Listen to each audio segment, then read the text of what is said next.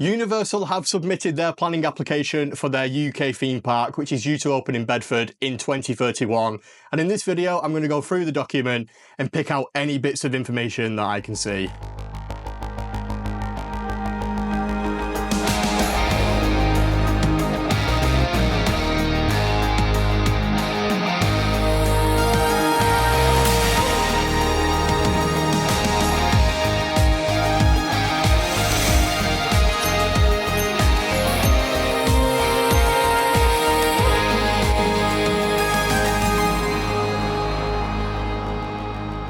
So these plans can be found on the Gov website. I will link them down below if you want to check them out for yourself.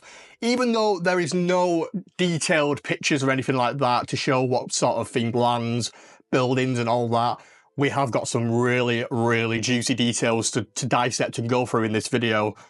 So at the top of the application is the proposed development timescale. Now there's some really interesting points made in this section which will help us follow the construction over the years. So installation of the construction village is due to start in late 2025, and this will be all the porta cabins, toilets, facilities for the workers, including offices and areas to store materials for the rides.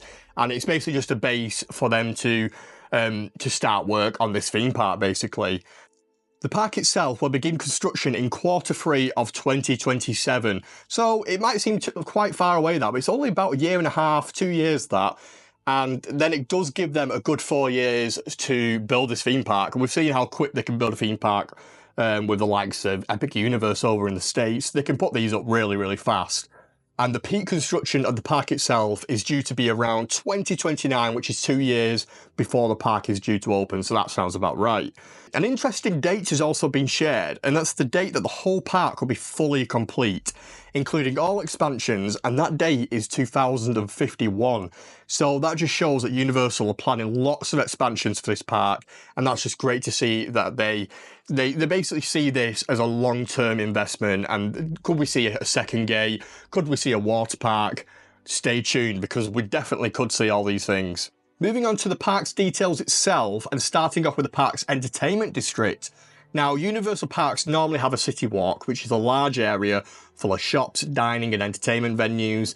The plans say that there will be an entry plaza full of restaurants, shops and entertainment venues just before the park's entrance, which will be free to enter for everyone. You just need to go through a security checkpoint, which is normal at Universal and most theme parks here in the UK. And then, yeah, you can go in here and you can go in the restaurants, you can go in and see the shows. Obviously, you'll have to probably pay for the shows. Normally, they have like a cinema, you'll have to pay for that. But everything else, you can just wander around this area for free just before you get into the park, which is great because we haven't heard anything about this, and it's just really good to have the clarity on this, that we are getting a City Walk style plaza area. The total site will be well over 280 hectares and include plenty of room for expansion, which we've seen over at Epic Universe that they have a lot of plots of land around to expand on eventually. The thing with new theme parks, you need to have a future plan for them. You need to have that room for expansion. You don't know how popular it's going to be. So it's so good to hear that they've got the room and they will expand when they need to. There's also more information about the on-site hotel. This hotel will have 500 rooms and will be situated right next to the park's entrance. In the plans, there's also mentions of a future water park, which is really interesting. Now, over in America, they've got the Volcano Bay in Florida. Obviously, we can't have something like that in the UK. It will have to be an indoor water park, but it's something that I would love to see Universal do, and I think it'll be fantastic. To have the theme park, which would be world-class, and have this world-class indoor water park as well. So that's really interesting. So like I said before, we haven't had any information regarding what rides and attractions will be at the park, but we do know that the tallest structures in the park could reach heights of anything between 75 metres and 115 metres, which is 377 feet, which is extremely exciting, especially with the rumours of a UK tallest roller coaster coming to the park.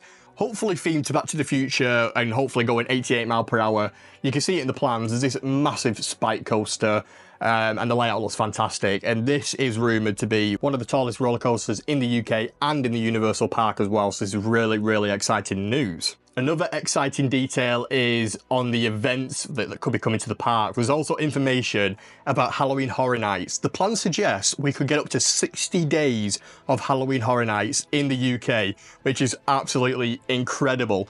With the park set to open up until 2 AM on these events, that is just incredible. It's something we do not have here in the UK. And also, the park hours at this park are going to be absolutely fantastic, closing at about 11 o'clock every night.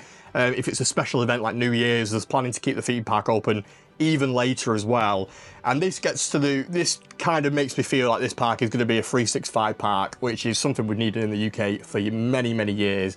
And just the fact that we might be getting, well, we probably will be getting a Halloween Horror Nights open until 2 AM is just absolutely incredible. I can't wait to stay in this brand new hotel and explore the park on an evening. It's going to be so magical and so special. 2031 cannot hurry up enough. And the final thing I want to talk about is the infrastructure, which has also been mentioned in the documents as well. The plans reveal that Universal purchased all neighbouring houses now around the site, which will just make things easier for them. And the plans also suggest a lot of new roads, junctions, just to help the traffic and the flow of this. Again, I don't want to go in too deep with this, because this is all a bit of the boring side to it all, but it is something that needs to be done. There's also mentions about the train stations as well. If you want to read it, I will leave it linked down below. Go and have a look for yourself. I think I've covered the main things that I wanted to cover. We're going to be covering this all the way up until opening, guys. So if you're new around here, please subscribe. Thank you so much for watching, and I will see you all in the next video. Bye, guys.